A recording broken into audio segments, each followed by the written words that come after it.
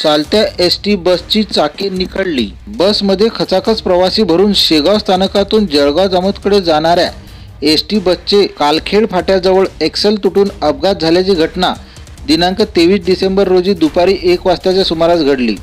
Excel तुटल्याने बसची मागची दोन्ही चाके निखळून बाहेर निघाली। मात्र अशा परिस्थितीतही सुदैवाने कोणत्याही प्रवाशाला गंभीर दुखापत झाली नाही।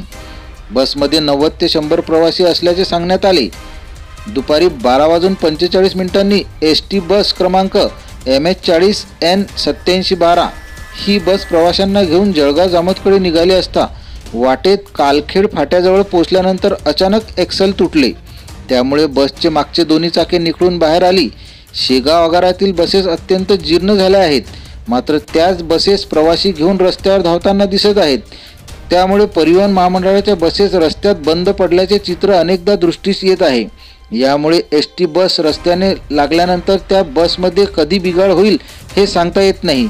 परिणामी बस स्थानकातून वेळेवर निघालेली गंतव्यस्थानी बस पोहोचेल किंवा नाही याची काहीच शाश्वती देता येत नाही। अशी वाईट अवस्था परिवहन महामंडळाच्या बसेसची झाली आहे। मागील 2 ते 3 वर्षापासून अशी परिस्थिती असताना महामंडळाकडून जुन्या बसेस काढून त्या जागी नवीन बसेस आणण्यात येत नाहीत। त्यामुळे एसटीचा प्रवास असुरक्षिततेसह अनिश्चित झाला आहे।